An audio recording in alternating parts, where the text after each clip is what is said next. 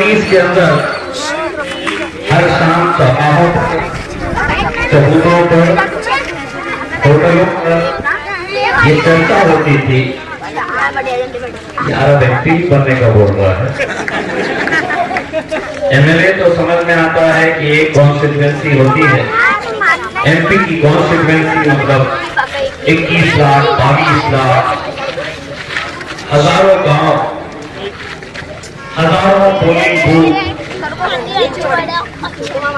6 assembly की constituency अगर मिलाते हैं तो एक पार्लियामेंट की कॉन्स्टिट्यूएंसी बनती है। और आपको 2019 का वक्त याद होगा जब महज 22 दिन पहले इलेक्शन लड़ने का फैसला लिया गया था, जब असदुद्दीन अवैसी साहब ने कहा था कि इम्तियाज जलील इलेक्शन लड़ेगा। अब जैसे ही लड़ने का ऐलान हुआ था तो बहुत सारे अपनों में ही कुछ लोगों ने ये कहना शुरू कर दिया था, यार ये सेटिंग है बॉस, कुछ लेन देन हो गया बॉस, कहां से जीत के आएगा 22 दिन पहले।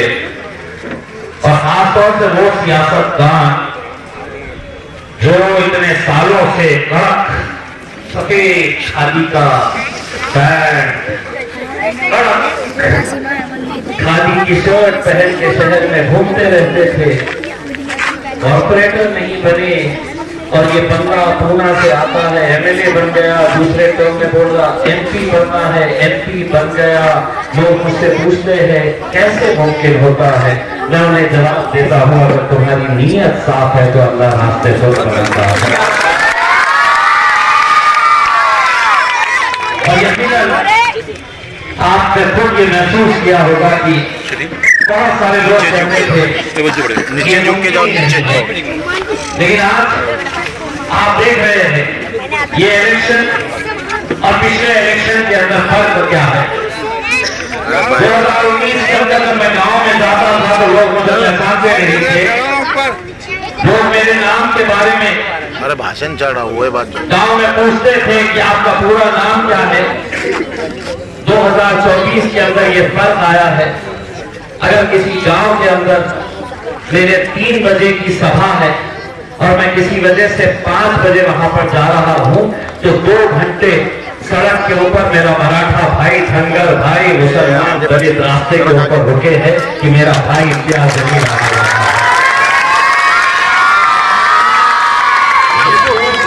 ये परिवर्तन हुआ है, ये बदलाव हुआ है। और किसकी वजह से हुआ? इन्होंने इन 10 सालों के अंदर देखा कि जब इस शख्स के पास जाओ, इनके पार्टी के किसी नुमाइंदे के पास जाओ तो ये पूछते नहीं है कि तुम्हारी जात क्या है, तुम्हारा धर्म क्या है, तुम्हारा मजहब क्या है। लोग मुझसे पूछते हैं कि 5 साल के अंदर इम्तियाज जलील ये बताओ कि तुमने क्या काम किए हैं। ऑल इंडिया रेडियो का एक रिपोर्टर मेरे पास आया और उसने मुझसे सवाल किया कि आपको 2 मिनट के अंदर ये बताना है कि आपने 5 साल में क्या काम किए हैं। मैंने कहा 2 मिनट बहुत ज्यादा हो जाता है, मैं तुझे 20 सेकंड के अंदर बताता हूँ। रिपोर्टर को ये बताया कि मेरे शहर की कभी पहचान जो थी वो दंगों के लिए की जाती थी, छोटी छोटी बातों के ऊपर जाति का, धर्म का मुद्दा उठाया जाता था। तो मैंने उसको जवाब दिया ये 5 सालों के अंदर इम्तियाज जलील का अगर सबसे बड़ा काम कोई है तो वो ये काम है कि जाति, धर्म और मजहब की जो बड़ी बड़ी दीवारें खड़ी की गई थी उन दीवारों को गिराने का काम इम्तियाज जलील ने किया। और उसी का नतीजा है कि आप तमाम जाति, धर्म और मजहब के लोग आपके साथ जुड़ रहे हैं। आप गाँव भरते वक्त जब आए होंगे तो आपने देखा होगा हमारी पहचान, हमारी शनाख्त तो हरे रंग से है, लेकिन उस जुलूस के अंदर हरा भी था, नीला भी था, पीला भी था और भगवा भी था। भगवा रंग देखकर खैरुद्दीन मानो परेशान,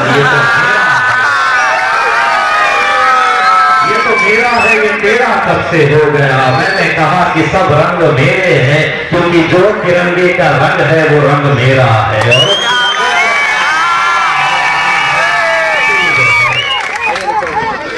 कैसे कैसे वक्त से गुजर रहे हैं, आज कैसी कैसी साजिशें हो रही है। इम्तियाज जलील को गिराना है, और कौन कर रहा है साजिशें जो 2014 में थे, वही 2019 में थे और वही 2024 में। कहना क्या है? नहीं आता, आता ही नहीं। कैसा आता?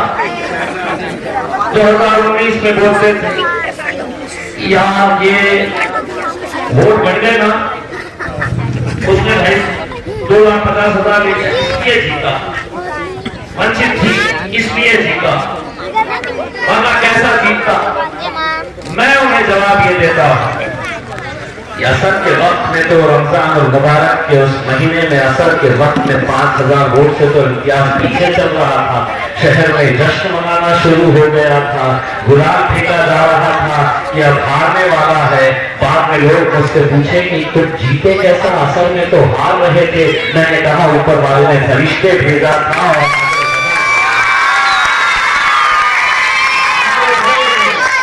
और अल्हम्दुलिल्लाह वो जीत हासिल हो गई।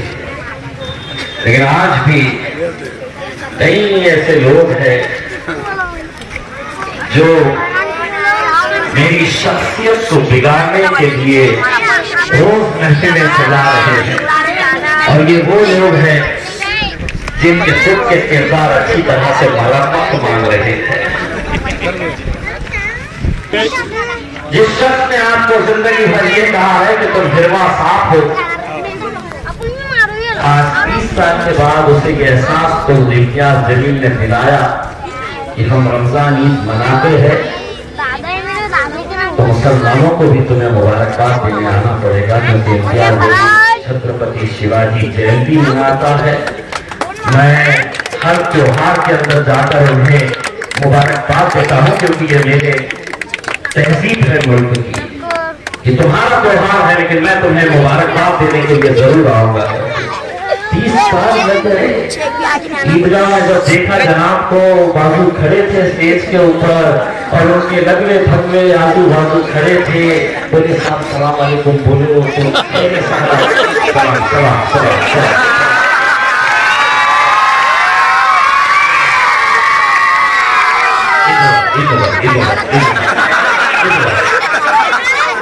मैं सोचा वहीं पे खत्म हो जाएगा, तो न जाने कौन सी जमात में जाके आ गए। मेरे मुसलमानों,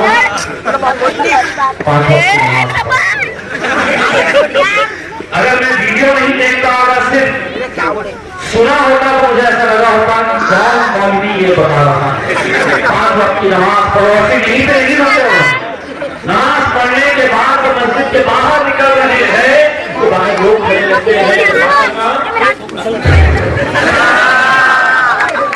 तो ये सब ठीक हो जाता है। अब जिस दिन मेरे सामने आ जाएंगे मैं लाहौर करूंगा और फिर दूंगा।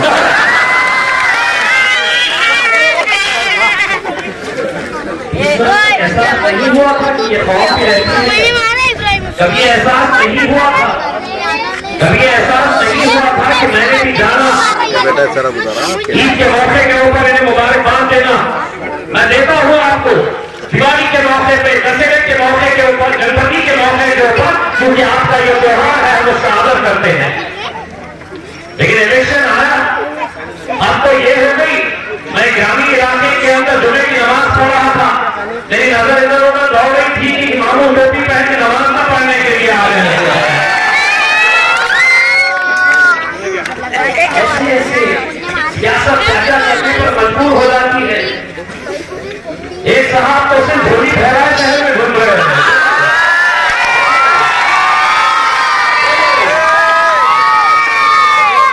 भाई साहब वोट जितने मशीन में करते हैं उतने ही रहते, थिएटर का जैसा मामला नहीं है कि हाथ में है 4 टिकट, टिकट का रेट है 20,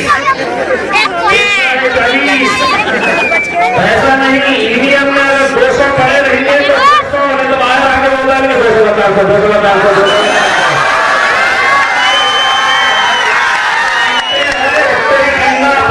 उतने काउंट किए जाते हैं। लोकसभा में आते बोल रहे, MP बनते बोल रहे, मेंबर ऑफ पार्लियामेंट अंग्रेजी में नीचे बता देना, मैं इलेक्शन नहीं लड़ता। मजाक बनाए है, मजाक नहीं बनाए है। चंद टुकड़े फेंके गए हैं तुम्हारे पास और तुम्हें ये कहा गया है कि महाराष्ट्र का इकलौता एक मुसलमान एमपी को कैसे गिराना है।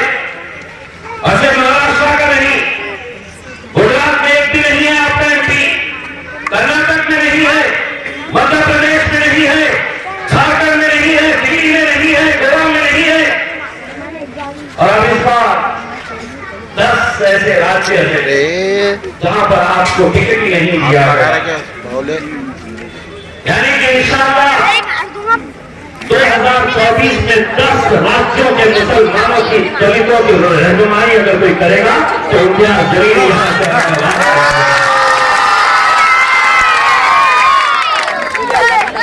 दूसरी एक गैंग घूम रही है अभी भी।